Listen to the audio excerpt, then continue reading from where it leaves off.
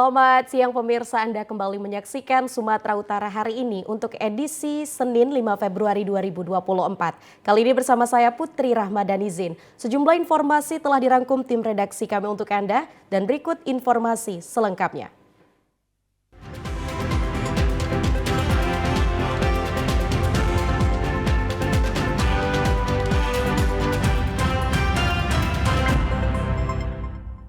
Pemirsa, informasi siang ini diawali dari personel Polsek Waluhulu, Polres Labuhan Batu dan pejabat kelurahan menggerebek dan membakar gubuk lokasi pemakai dan peredaran narkoba. Dari TKP diamankan satu orang tersangka beserta sejumlah barang bukti. Berdasarkan keluhan dan informasi dari warga, maraknya peredaran narkoba di lingkungan 2 Kampung Baru, Kelurahan Aikanopan Timur, Kecamatan Waluhulu, Kabupaten Labuhan Batu Utara. Sejumlah personel dipimpin Kapolsek Waluhulu kemarin mulai pagi hingga siang hari melakukan pengintaian di lahan milik perkebunan PTPN 3 Mambang Muda yang berbatasan dengan pemukiman penduduk. Karena akses jalan menuju lokasi tersebut sulit dilalui dan hanya memiliki satu akses jalan masuk. Sehingga saat penggerebekan berlangsung hanya berhasil mengamankan satu orang tersangka dan sejumlah barang bukti. Sedangkan sejumlah pengguna dan bandar narkoba berhasil meloloskan diri dari sergapan petugas.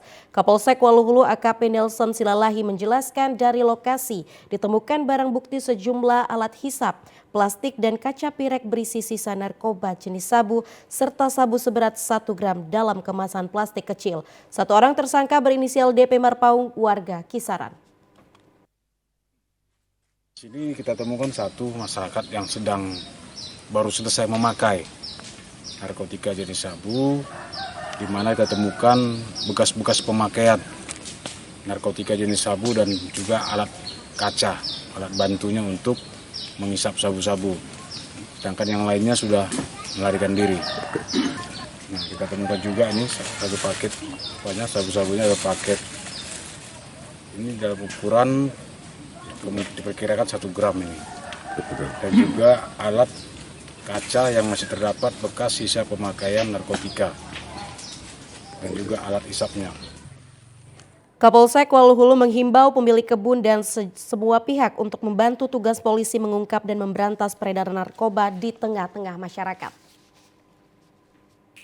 Pemirsa, tim Satuan Reserse Narkoba Polrestabes Medan membekuk 2 orang kurir narkoba di Jalan Lintas Sumatera kawasan Provinsi Riau. Dari penggeledahan petugas menemukan barang bukti narkoba jenis sabu sebanyak 53 kg yang dibungkus menggunakan kemasan teh per 1 kg dan 10.000 butir pil Happy Five. Inilah saat detik-detik tim Satuan Reserse Narkoba Polrestabes Medan menghadang laju mobil jenis Xenia berwarna biru di kawasan Jalan Air Hitam Pekanbaru, Provinsi Riau. Berdasarkan informasi yang diterima petugas sebelumnya bahwa mobil ini dikendarai oleh 2 orang diduga kurir narkoba berinisial DN dan TJ yang hendak membawa puluhan kilogram narkoba jenis sabu untuk diedarkan di masyarakat. Saat dilakukan penggeledahan, petugas menemukan 4 goni yang mencurigakan di bagasi mobil tersebut. Setelah dibongkar, petugas menemukan narkoba jenis sabu yang dibungkus dalam kemasan teh sebanyak 53 bungkus dengan berat 1 kg per bungkusnya. Selain itu, dari tangan kedua tersangka, petugas juga menemukan 10.000 pil narkotika jenis Happy Vibes yang siap edar. Di mana ya, yang tadi kita saksikan ya, bahwa diduga ya, informasi pelaku ya, ini sudah menuju ke daerah Pekanbaru, yaitu tepatnya di Jalan Lintas Sumatera, Provinsi Riau. Ya. Itu sekitar tanggal 29 Januari 2024 sekitar jam 17.30 WIB. Kedua tersangka kurir narkoba bagian dari jaringan narkoba internasional yang juga telah diungkap oleh Satres Narkoba Polrestabes Medan pada bulan Oktober lalu. Para tersangka mengaku diberi upah puluhan juta rupiah untuk setiap pengantaran paket narkoba dan sejauh ini telah berhasil 1 kali. Keduanya dijerat dengan Undang-Undang Nomor 35 Tahun 2009 tentang narkotika dan terancam hukuman seumur hidup atau hukuman mati. Sementara itu, personel Satuan Reserse Narkoba Polres Langkat melakukan razia penindakan gerebek kampung narkoba di wilayah hukum Polsek Padang Tualang, Kecamatan Batang Serangan, Kabupaten Langkat. Razia dilakukan di salah satu warung di Desa Karya Jadi, Kecamatan Batang Serangan terkait adanya laporan dari masyarakat bahwa wilayah tersebut dijadikan sebagai lokasi penyalahgunaan narkoba. Razia dipimpin Kasat Narkoba Polres Langkat AKP Hardianto, didampingi Kapolsek Padang Tualang AKP Mas Agus, Kepala Dusun Titik Kurus Desa Karya Jadi dan personel Satres Narkoba serta personel Polsek Padang Tualang. Dalam penindakan gerebek kampung narkoba di warung milik Nur Hayati yang diduga sebagai lokasi penyalahgunaan narkoba, petugas tidak menemukan adanya penyalahgunaan narkoba. Meski tidak menemukan penyalahgunaan narkoba, namun polisi tetap menghimbau pemilik warung dan warga sekitar agar tidak menjadi pengguna maupun pengedar narkoba. Polisi juga meminta warga untuk segera melaporkan jika melihat atau menemukan adanya tindak pidana penyalahgunaan narkoba. Gerebek kampung narkoba ini merupakan salah satu aksi polisi untuk meminimalisir peredaran narkoba di Kabupaten Langkat. Pemirsa, kita beralih ke informasi lainnya. Kemunculan buaya di aliran Sungai Gambus, Desa Gambus Laut, Kecamatan 50 Pesisir Batubara meresahkan warga sekitar. Mereka khawatir hewan predator tersebut dapat menyerang manusia. Kemunculan buaya di Sungai Gambus, Desa Gambus Laut sudah terjadi sejak beberapa bulan terakhir. Pada 3 Februari 2024 lalu, seekor buaya berhasil ditangkap warga karena terjebak dalam perangkap biawak yang dipasang oleh warga. Penemuan buaya tersebut kemudian dilaporkan ke aparat pemerintahan desa setempat dan dilanjutkan ke instansi terkait lainnya. Setelah berhasil dievakuasi, buaya sepanjang 1,5 meter yang masih hidup diserahkan kepada petugas Balai Konservasi Sumber Daya Alam BKSDA. Kepala Dusun 4 Desa Gambus Laut Wendra mengatakan sudah sering mendapat laporan dari warga terkait kemunculan buaya di Sungai Gambus. Menurut Wendra, dalam kurun waktu setengah tahun sudah ada 3 ekor buaya yang berhasil ditangkap di wilayah Kecamatan 50 Pesisir. Bahkan seekor buaya sempat menyerang seorang nelayan hingga terluka. Informasi ada lagi yang masih belum dapat, Pak? Ada. Saya mewakili dari pemerintahan desa membenarkan bahwasannya di sini ada penemuan buaya. Itu laporan dari masyarakat, itu ada sekitar 2-3 bulan yang lalu. Cuman kita baru menangkap kemarin, dapat sekitar 1,5 meter. Dan untuk di Kecamatan 50 Pesisir ini kita sudah menemukan 3 ekor buaya. Salah seorang nelayan Kaharudin mengaku resah dengan keberadaan buaya di Sungai Gambus karena banyak warga yang beraktivitas di Sungai Gambus untuk mencari nafkah.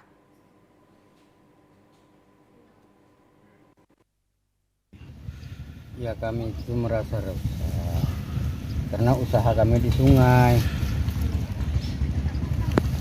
Kami pun merasa takut karena adanya buaya ini. Jadi kira-kira terancam, Pak, ya? Ya, kami merasa terancam. Informasi ada lagi yang masih belum dapat, Pak, ya? Ada. Udah sering, Pak, nampak buaya, Pak, nelayan di sini, Pak? Sering. Belum diketahui asal buaya sehingga ada di aliran Sungai Gambus, namun warga menduga buaya tersebut berasal dari penangkaran buaya yang berada di hulu sungai yang sempat jebol saat banjir akhir tahun 2022 lalu.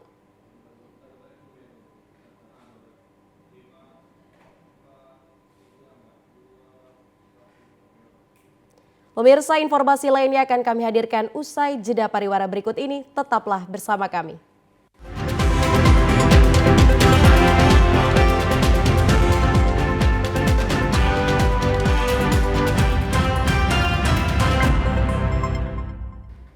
Pemirsa, tim pemenangan pasangan calon presiden dan wakil presiden nomor urut 1 Anies Muhaimin daerah Sumatera Utara kembali menggelar nonton bareng debat calon presiden yang digelar di Komisi Pemilihan Umum Republik Indonesia. Nobar digelar di posko pemenangan Amin Sumut di kawasan Jalan Sudirman, Kota Medan ini berlangsung cukup meriah. Komisi Pemilihan Umum menggelar debat yang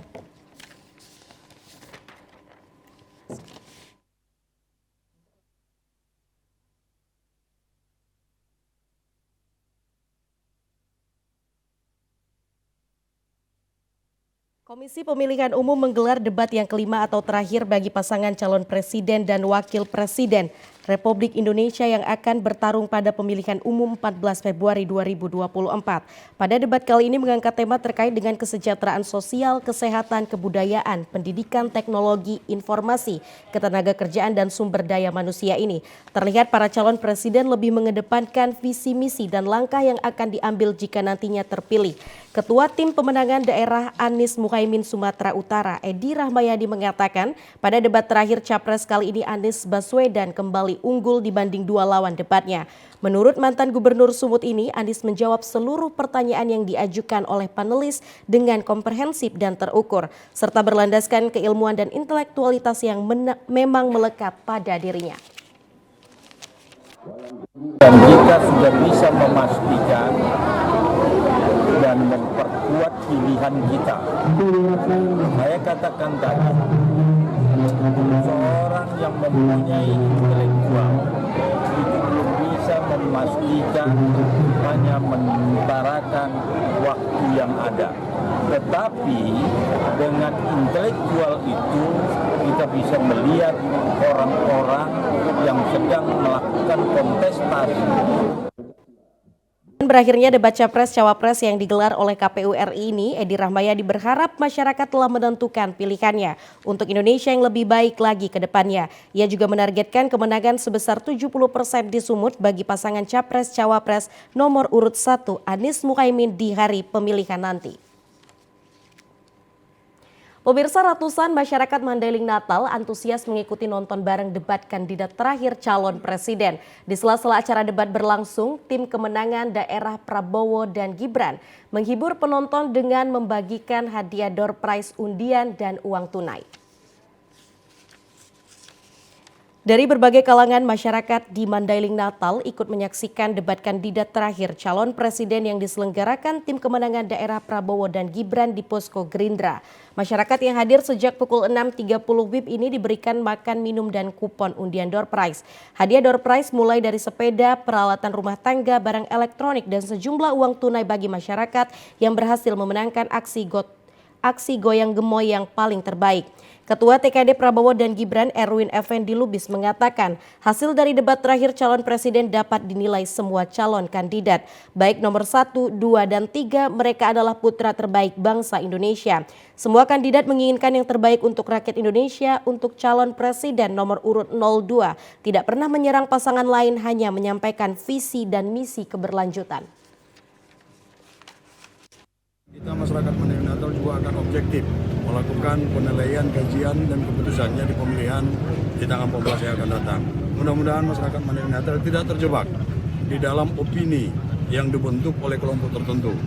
Kita berharap bahwa objektivitas masyarakat Mandailing Natal dapat kita andalkan. Dan kami, saya selaku Ketua TKD Mandailing Natal, berharap dan mengajak kepada seluruh masyarakat Mandailing Natal untuk tidak terprovokasi, untuk kita melakukan pemilihan sebagaimana mestinya. Sementara itu dari tim pemenangan daerah TPD Ganjar Mahfud Sumatera Utara melakukan nonton bareng debat terakhir Capres. Dalam nobar tersebut TPD menilai debat terakhir kali ini kurang menarik karena paslon setuju dengan semua gagasan yang dikemukakan. Pengurus TPD Ganjar Mahfud Sumatera Utara melakukan nonton bareng debat terakhir Capres 2024 di Rumah Pemenangan Ganjar Mahfud Sumut di Jalan Serayu pada Minggu malam. Pada debat kali ini mengambil tema kesejahteraan sosial, kebudayaan, pendidikan, teknologi informasi, kesehatan, ketenagakerjaan, sumber daya manusia, dan inklusi. Debat ini juga disiarkan langsung oleh beberapa stasiun TV swasta dan beberapa media online. Ketua TPD Ganjar Mahfud Sumut Ramses Simbolon mengatakan dalam nobar ini pihaknya menilai debat kali ini kurang sedikit menarik karena semua paslon selalu setuju dengan gagasan yang dikeluarkan. Setuju. Semua mengiyakan. Yang mau diadukan peradaban. Tapi dia sendiri lupa bahwa proses yang dia lalui untuk menjadi itu sudah mengalami kecacatan. Lahirnya aja udah dalam prosesnya udah cacat. Yang ke depan, waduh, akan lebih peluang untuk lebih kacau lagi, lebih ini. Jadi itulah yang kita. Jadi makanya debat ini kurang menarik.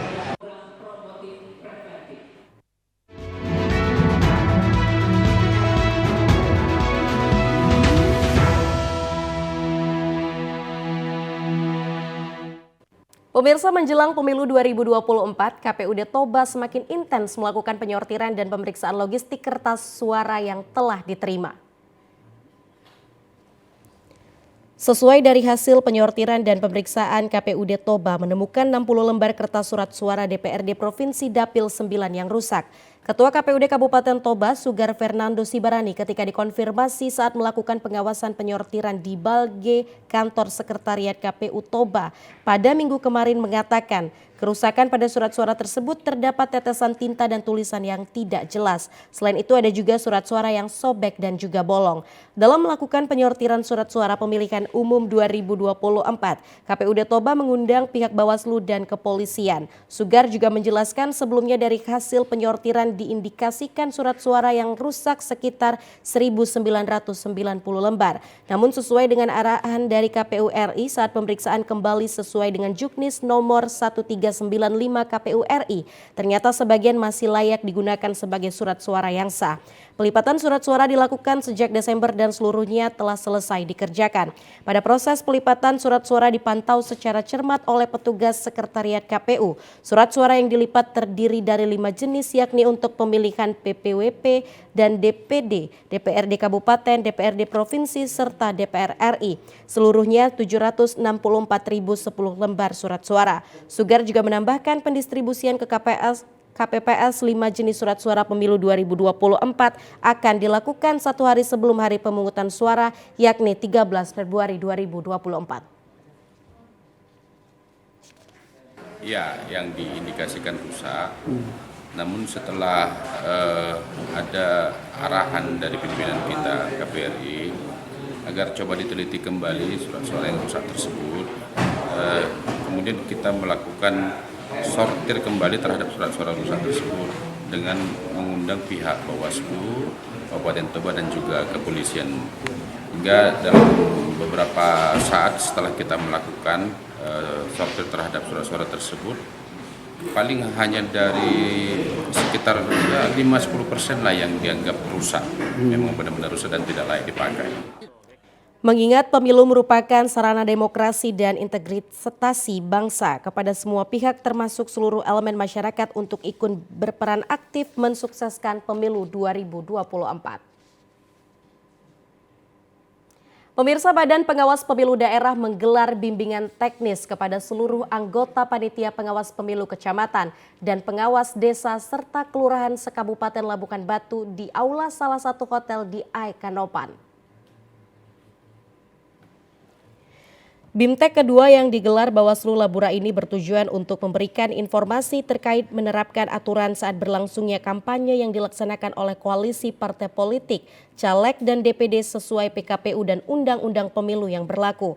Ketua Bawaslu Daerah Labura Maruli Sitorus menjelaskan, selain untuk menguatkan aturan, BIMTEK yang diberikan kepada Panwaslu dan BKD ini untuk mengingatkan kepada peserta pemilu agar menjaga terjadinya pelanggaran pada masa kampanye berlangsung, sekaligus memberikan pemahaman tupoksinya sebagai pengawas selama proses tahapan pemilu berlangsung. Bawaslu Kabupaten Labukan Batu Utara berharap kepada peserta pemilu agar menaati segala prosedur dan tindak pelanggaran aturan kampanye yang ditetapkan oleh KPU. Sebagai pengawas pemilu, Bawaslu Daerah Labura secara tegas akan menerapkan aturan pemilu kepada seluruh peserta pemilu.